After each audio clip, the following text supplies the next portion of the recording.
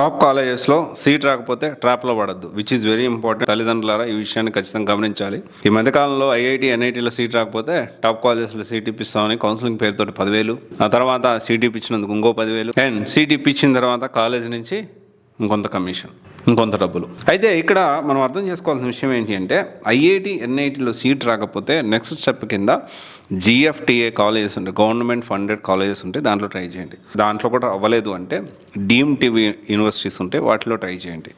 అది కూడా అవ్వలేదంటే top colleges ఉంటాయి, త్రూ ఎంసెట్ ద్వారా సీట్ ఇస్తారు, అది ట్రై చేయండి. ఇది కాకపోతే బెస్ట్ డిగ్రీ కాలేజెస్ ఉన్నాయి. ఈ మధ్య కాలంలో డిగ్రీ కాలేజెస్ కూడా ఈ సైబర్ సెక్యూరిటీ, డేటా సైన్స్, ఇలాంటి ఏఐ కోర్సులు, ఏఐఎంఎల్ కోర్సులు, ఈ కోర్సులు అన్నీ కూడా వచ్చాయి. కనుక్కోండి, రీసెర్చ్ చేయండి. అంతేగాని సీట్ రాలేదు అని చెప్పి ఈ దళారుల మాటలు విని మీరు మోసపోవద్దు. ఎందుకంటే ఇక్కడ మనం అర్థం చేసుకోవాల్సిన విషయం ఏంటి అంటే, డొనేషన్ పెట్టి కొన్నంత మాత్రాన రేపు గ్యారంటీ ఉందా? క్యాంపస్లో జాబ్ వస్తుందని గ్యారంటీ ఉందా? 20 లక్షలు 30 లక్షలు ఖర్చు పెట్టి జాబ్ రాకపోతే ఎంత బాధ అనిపిస్తుంది? అటు జాబు రాక ఇటు డబ్బులు పోయి పిల్లవాడు భవిష్యత్తు అగమ్యగోచంగా తయారవుతుంది.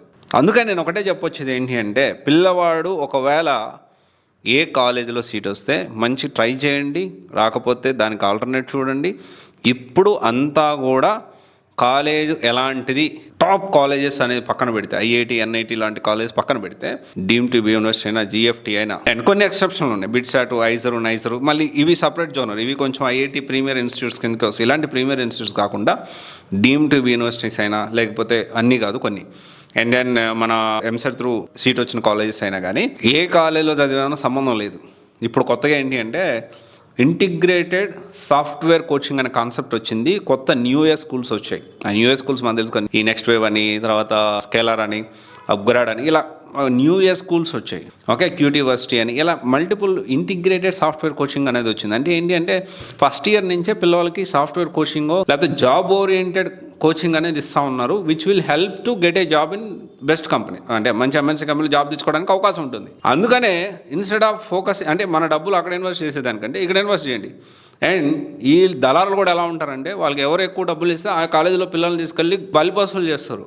గొర్రె కసావాడిని నమ్మినట్టు పేరెంట్స్ అందరూ కూడా ఇలాంటి వాళ్ళ మాటలు నమ్ముతూ ఉంటారు. ఎందుకంటే అదే డబ్బులు ఉన్నాయి. ఒక మిడిల్ క్లాస్ పేరెంట్స్ కాన్సెప్ట్ ఎలా ఉంటుందంటే, నేను కూడా మిడిల్ క్లాస్ నుంచి వచ్చాను కాబట్టి చెప్తున్నా, మిడిల్ క్లాస్ కానీ, లోయర్ మిడిల్ క్లాస్ కానీ, లేకపోతే పేద కుటుంబం నుంచి, మధ్య కుటుంబం నుంచి వచ్చిన వాళ్ళు ఎలా ఉంటారంటే, తలైనా తాకట్టు పెట్టి పిల్లల్ని చదివించాలి, మన కూతుర్ని చదివించాలి, మన అమ్మాయిని చదివించాలి, మన బాబుని చదివించాలి అనే కాన్సెప్ట్ తోటి నేను డబ్బులు ఏదో ఒక అప్పో చేసి చదివిస్తే వాడు భవిష్యత్తు బాగుంటుందిలే అని ఆలోచిస్తున్నారు. కానీ డబ్బులు పెడితే భవిష్యత్తు బాగుంటుంది గ్యారంటీ వారంటీ ఎక్కడా లేదు. కష్టపడితేనే భవిష్యత్తు, మంచి భవిష్యత్తు ఉంటుంది. ఒక ప్రాపర్ వేలో గైడ్ చేయడం ఇంపార్టెంట్. పేరెంట్స్ గైడ్ చేయట్లేదు. వాస్తవానికి వాళ్ళు తెలుసుకోవాలి ఖచ్చితంగా. నేను చదువు రాదయ్యా, నేను చదువు రాదు కాబట్టి నా పిల్లల్ని చదివించాను. మీకు చదువు రాకపోయినా మీరు మొత్తం ఇన్ఫర్మేషన్ గ్యాదర్ చేయండి.